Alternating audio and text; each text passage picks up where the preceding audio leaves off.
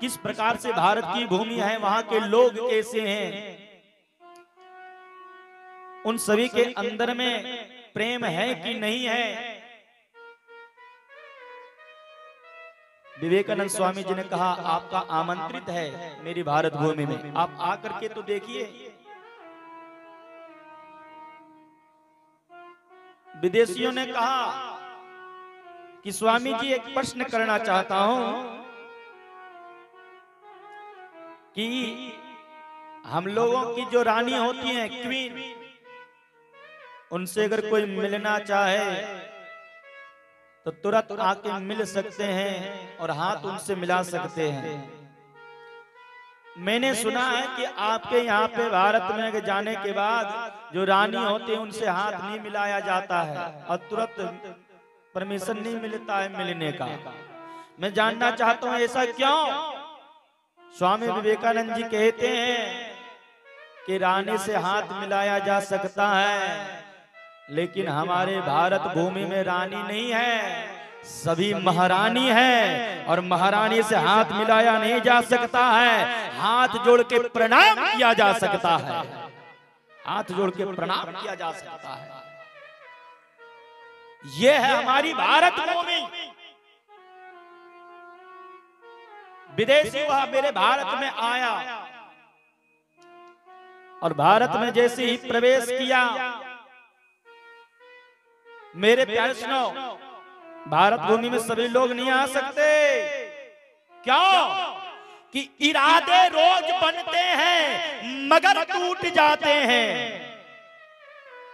इरादे रोज बनते हैं मगर टूट जाते हैं। और भारत में वही आते हैं जिन्हें महाकाल बुलाते हैं। भारत में सभी लोग नहीं आ सकते।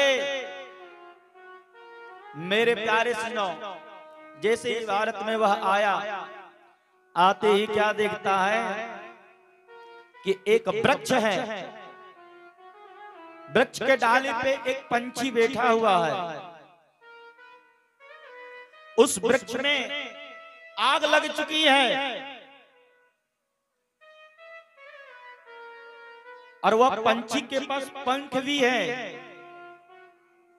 लेकिन उस स्थिति में भी वह पंछी उसी डाली पे बैठा रहा। यह विदेशी ने देखा। मेरे प्यारे सुनो, और विदेशी ने मन में विचार किया, हमने सोचा था कि भारत के जो लोग होते हैं वो बड़े बुद्धिमान होते हैं, बड़े ही प्रेमी होते हैं, हृदय के साफ सुथरा होते हैं, लेकिन मुझे लगता है कि भारत भूमि में सिर्फ मूर्ख ही रहते हैं। लेकिन फिर भी पूछ क्यों? क्योंकि इस वृक्ष में आग लगी है, डालियां जल रही है, पत्ते भी जल रहे हैं, इस पंछी के पास पंख भी है, लेकिन फिर भी उड़ नहीं रहा है। ये मूर्खता नहीं है तो क्या है? लेकिन फिर भी मैं पूछता हूं इस पंछी से ही कि आप क्यों नहीं उड़ रहे हैं। मेरे प्यारे सजनों, उस विदेशी ने पूछा पंछी से, कहा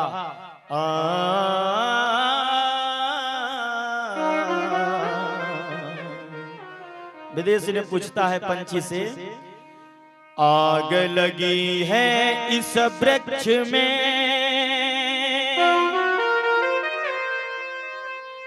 जले डाल और पात।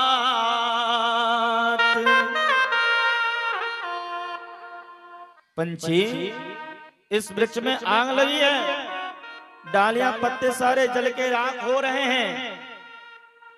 आग लगी है इस वृक्ष में,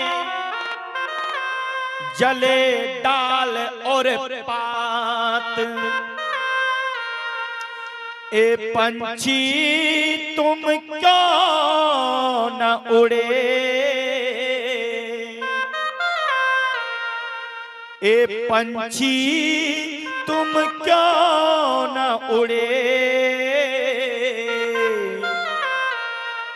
जब पंख तुम्हारे पास। पंछी, डालियां पत्ते सभी जल रहे हैं और तुम भी अब जलने वाले हो। अरे जान बचा के भगते क्यों नहीं हो? तुम्हारे पास पंख है। मैं कारण जानना चाहता हूं कि आप क्यों मरना चाहते हैं। जीना है तो उड़ करके भागो। पंछी ने कहा, मेरे प्यारे सजनों, पंछी ने बहुत सुंदर उत्तर दिया, ध्यान दीजिएगा। पंछी ने कहा कि जब यह वृक्ष स्वस्थ था, इस पे कोई मुसीबत नहीं आई थी, तब मैं इसका मीठा मीठा फल खाता था और इसी पे रहता था। मीठे फल हम खाई के गंदों की न पा। जब यह वृक्ष स्वस्थ था, तब मैं इसका मीठा फल खा करके और इसके पत्ते में ही मैं गंदगी कर देता था, तब भी यह मुझे कुछ भी इस वृक्ष ने नहीं बोला। जब यह स्वस्थ था तो हमारे साथ था, मेरा पेट भरता था। और आज इस वृक्ष के ऊपर मुसीबत आन पड़ी है, तो हमारा धर्म क्या कहता है? मीठे फल हम खाई के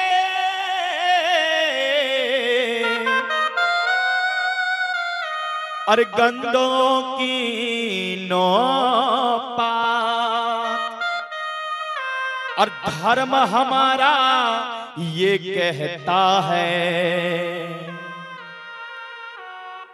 धर्म हमारा ये कहता है,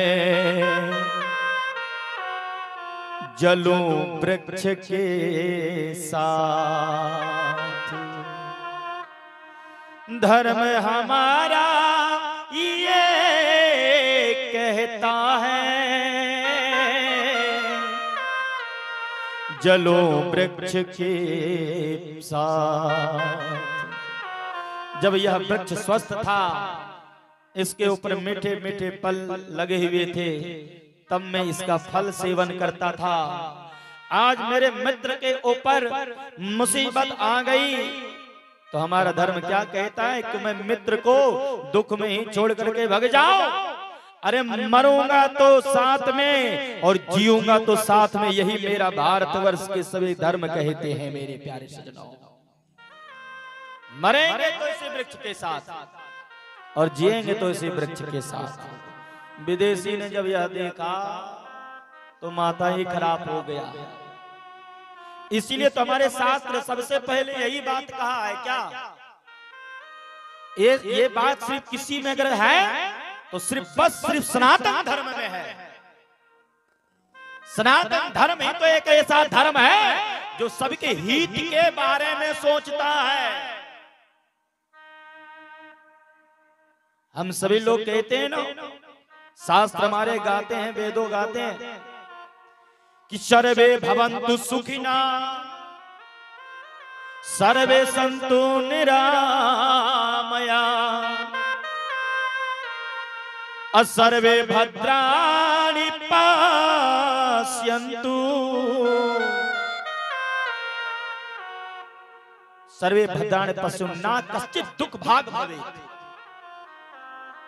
सभी सुखी रहें, सभी संपन्न रहें, सभी प्रेम से रहें। ये बात सिर्फ किसी धर्म में कहने का अगर पावर है तो वह सनातन धर्म में है और किसी धर्म में है ही नहीं।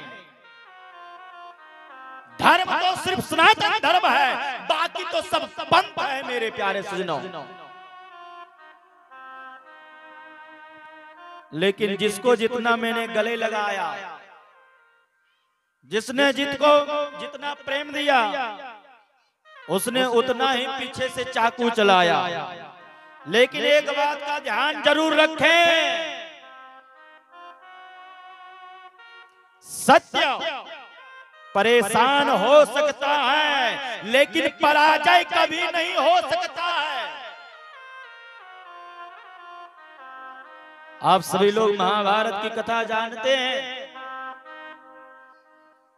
पांडव सत्य के साथ युद्ध कर रहा था और कौरव 100 भाई था। ना जाने कितने कितने दुष्ट राजा उसके तरफ से युद्ध कर रहे थे, लेकिन वो असत्य के साथ खड़ा था। पांच पांडव परेशान तो जरूर हुए, लेकिन अंतिम में विजय पांडवों की ही हुई, क्योंकि वो सत्य के साथ में खड़ा था। बोले जय श्री राम। इसलिए मेरे प्यारे सुनो, शास्त्रों ने ये भी कहा है कि धैर्य धरो, आगे बढ़ो। धैर्य धरो, आगे बढ़ो, पूर्ण हो सब काम। और उसी दिन आम नहीं फलता जिस दिन बोए आम। पौधा लगाते हैं, सिंचाई करते हैं, धैर्य धारण करते हैं, तो एक दिन मीठा फल खाने को जरूर मिलता है। इसलिए मेरे प्यारे सजनों, हम सभी लोग, हमारा धर्म कितना अच्छा है, सनातन धर्म कितना अच्छा है, जो हमेशा धैर्य धारण करके रहता है, समय का इंतजार करता है। और सत्य कहता हूं, एक दिन सत्य की विजय निश्चित रूप से हुई है। और उसका प्रमाण कई प्रमाण है, लेकिन एक प्रमाण प्रत्यक्ष रूप में ये है, जो उसी